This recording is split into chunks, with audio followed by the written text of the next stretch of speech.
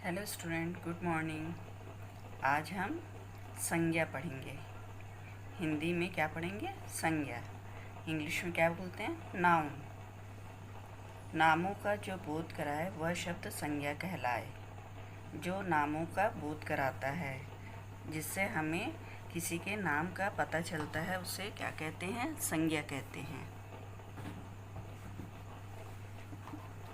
दिए गए वाक्यों को ध्यान से पढ़ो और समझो। ये वाक्य है और इसको हमको समझना है कि इसमें संज्ञा कहाँ है।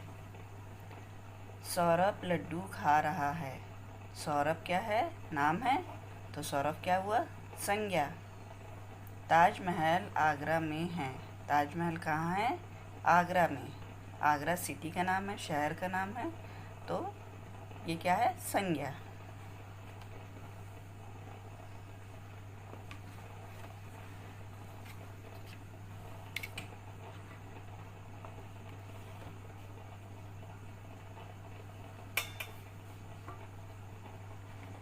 यह कुर्सी है। दादी बूढ़ी है। यह कुर्सी है। क्या है? यह कुर्सी। और दादी कैसी है? बूढ़ी है। ठीक है, इसे किसी वस्तु, उसका नाम है कुर्सी, जिसको क्या बोलते हैं? कुर्सी। तो ये हुई संज्ञा। और दादी कैसी है? बूढ़ी। तो क्या बता रहा है? बुढ़ापा। तो ये हुआ संज्ञा। सबसे पहले हम इसकी परिभाषा देखते हैं। किसी भी नाम को संज्ञा कहते हैं। ये हम आम शब्द में या आम भाषा में हम जैसे सीधे साधे सरल शब्दों में बोल सकते हैं। किसी भी नाम को संज्ञा कहते हैं, जैसे सौरभ, आगरा, कुर्सी, लड्डू, बुढ़ापा, ताजमहल आदि। संज्ञा किसी व्यक्ति, वस्तु, स्थान या भाव के नाम को संज्ञा कहते हैं। परिभाषा इसकी संज्ञा की: किसी व्यक्ति, वस्तु, स्थान या भाव के नाम को संज्ञा कहते हैं, जैसे मोहन, बांसुरी, कोलकाता, बूढ़ा आदि। समझ में आया?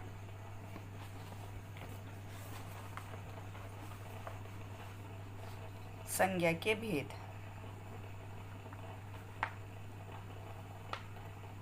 संज्ञा के तीन भेद यानी संज्ञा के प्रकार। तीन भेद संज्ञा में के आए व्यक्ति, जाति और भाव बताए। इसको हम ऐसा भी पढ़ सकते हैं: तीन भेद संज्ञा में आए व्यक्ति, जाति और भाव बताए। संज्ञा के तीन भेद होते हैं। संज्ञा कितने प्रकार होते हैं? तीन। संज्ञा व्यक्तिवाचक संज्ञा, पहला कौन सा है? व्यक्तिवाचक संज्ञा।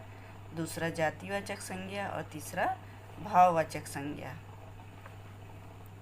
तो सबसे पहले व्यक्तिवाचक संज्ञा की परिभाषा: जिस शब्द से किसी विशेष व्यक्ति, वस्तु, स्थान आदि के नाम का पता चले उसे व्यक्तिवाचक संज्ञा कहते हैं।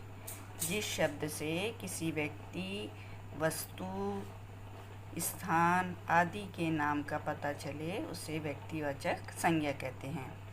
उदाहरण के लिए स्वामी विवेकानंद व्यक्ति है ना? एक इंडिया गेट एक स्थान है, व्यक्ति है। यहाँ पर क्या है? व्यक्ति, व्यक्तिवाचक संज्ञा। महात्मा गांधी। ओके। दूसरा जातिवाचक संज्ञा: जिस शब्द से किसी जाति या समूह के नाम का बोध हो उसे जातिवाचक संज्ञा कहते हैं। जिस शब्द से किसी जाति या समूह के नाम का बोध हो उसे जातिवाचक संज्ञा कहते हैं, जैसे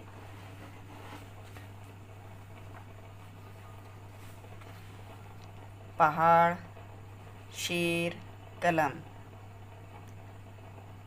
पहाड़, शेर, कलम।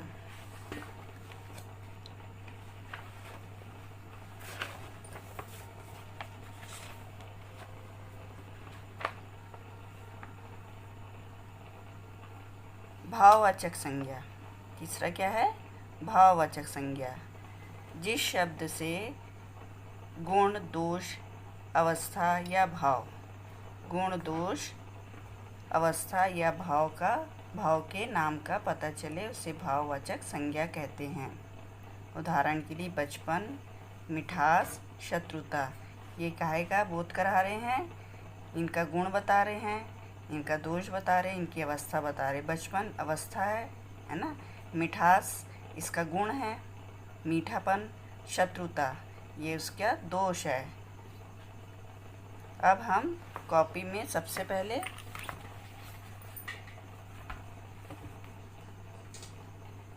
संज्ञा हिंदी रिवीजन लिखेंगे, डेट डालेंगे, संज्ञा लिखेंगे और उसकी परिभाषा लिखेंगे। किसी व्यक्ति, वस्तु, स्थान या भाव के नाम को संज्ञा कहते हैं। आप लोगों को ये याद करना है। जैसे मोहन, बांसुरी, कोलकाता, बूढ़ा आदि। संज्ञा के भेद। संज्ञा के 3 भेद होते हैं। संज्ञा पहला व्यक्तिवाचक संज्ञा, भाववाचक संज्ञा, जातिवाचक संज्ञा, भाववाचक संज्ञा। पहला व्यक्तिवाचक संज्ञा, दूसरा जातिवाचक संज्ञा, तीसरा भाववाचक संज्ञा। तो संज्ञा के आपको भेद लिखना है और उदाहरण भी उसके साथ आपको लिखना है। बुक में